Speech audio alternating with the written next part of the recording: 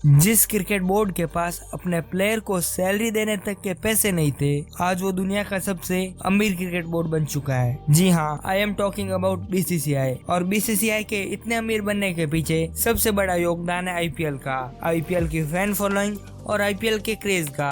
पर आज जिस आईपीएल की इतनी बड़ाई और इतने जोर शोर से देखा जाता है, उस आईपीएल को बीसीसीआई ने अपने नाक के लिए शुरू किया था। जी हाँ, उसको शुरू करने के पीछे बीसीसीआई की बहुत बड़ी मजबूरी थी। क्या थी वो मजबूरियाँ, जानेंगे आज के वीडियो में।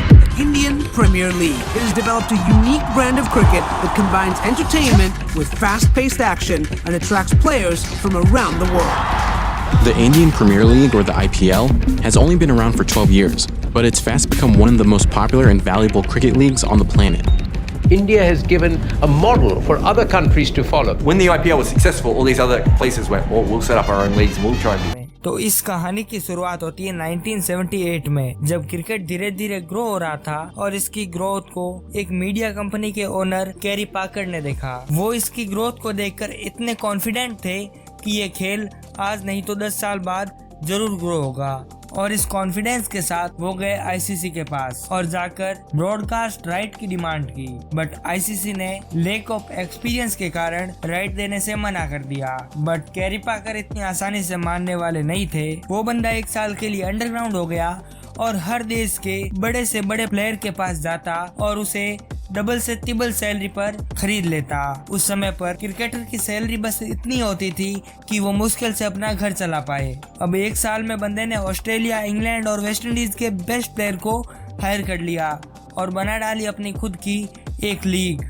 जब लीग के बारे में आईसीसी को पता चला तो आईसीसी ने देश के प्लेयरों को वहां पर खेलने से रोकने के लिए कहा। इंग्लैंड और ऑस्ट्रेलिया के प्लेयर तो चले गए, लेकिन वेस्ट इंडीज के प्लेयर ने जाने से मना कर दिया, क्योंकि कैरी पाकर ने हाई सैलरी पर उन्हें रखा था और उन्हें बस खेलने से मतलब था। इंग्लैंड और ऑस्ट्रेलिया के प्लेयर भी वापस आए और उस लीग को कंप्लीट कर दिया। इस लीग के होने के कारण आईसीसी की नाक कट चुकी थी।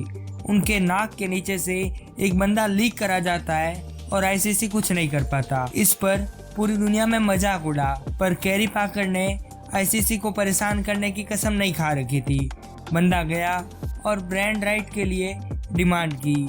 परेशानी के कारण आईसीसी ने ब्रांड राइट दे दिए और उस बंदे ने ब्रांड राइट लेकर उस लीग को बंद कर दिया। और एक शर्त थी कि जिस प्लेयर ने उसका साथ दिया है उस पर कोई भी कार्रवाई नहीं होगी। अब जी के मालिक सुभाष चंद्रा भी क्रिकेट के राइट खरीदना चाहता था। वो गया बीसीसीआई के पास 2002 में, 2004 में, 2005 में, मगर लैक ऑफ एक्सपीरियंस बीसीसीआई ने उन्हें मना कर दिया। पर बंदा हार मानने वालों में से नहीं था। शरद पवार को बीसीसीआई का चेयरमैन बनाया, पर शरद पवार भी पीछे हट गए। अब सुभाष चंद्रा समझ चुके थे अब इस प्रकार कुछ नहीं होने वाला, तो उन्होंने भी कैरी पाकर वाली योजना बनाई। मगर बंदे ने एक गलती कर डाली। कैरी पाकर 1 साल के लिए अंडरग्राउंड हुआ था और सारा काम किया, मगर इन्होंने खुला बोल दिया कि हम अपनी लीग कराएंगे। और उससे पहले आईसीसी ने भी अनाउंस कर दिया था कि 2007 में T20 वर्ल्ड कप का आयोजन किया जाएगा। T20 वर्ल्ड कप में सिर्फ 6 महीने बाकी थे और यहाँ सुभाष चंद्रा ने अपनी लीग की घोषणा कर दी। बीसीसीआई को कैरी पाकर और आईसीसी की हालत का अंदाजा था, तो उन्होंने सुभाष चंद्रा को रोकने के लिए भरसक प्रयास किए।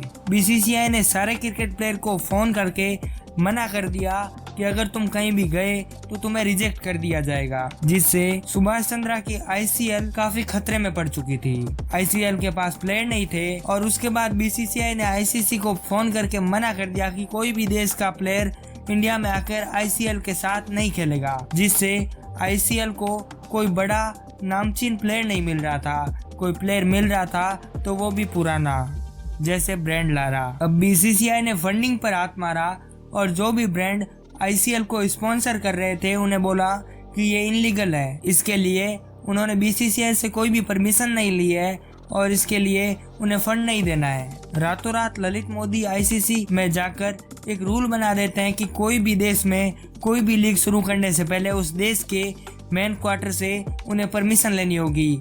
इस कारण अब आईसीएल पूरी तरह से इनलीगल हो चुका था। पर इस समय तक सुभाष चंद्रा हाईकोर्ट पहुंच चुके थे। उन्होंने उन पर केस कर दिया और वो केस जीते भी।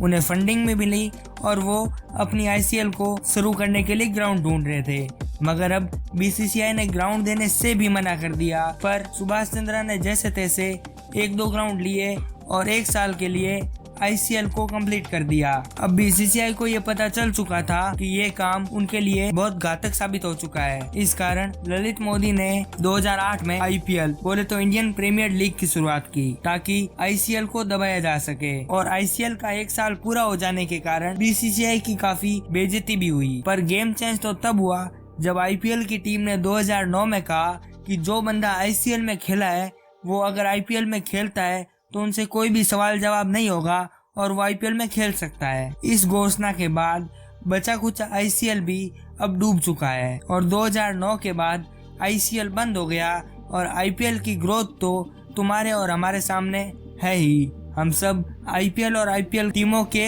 दीवाने हैं और इंडिया की क्रिकेट में इस ग्रोथ के पीछे भी IPL का बहुत बड़ा हाथ है। आपको क्या लगता है, ये मजबूरी वरदान साबित हुई या नहीं? कमेंट बॉक्स में जरूर बताना। मैं मिलता हूँ किसी ऐसे ही वीडियो में, तब तक के लिए जय हिंद, जय भारत।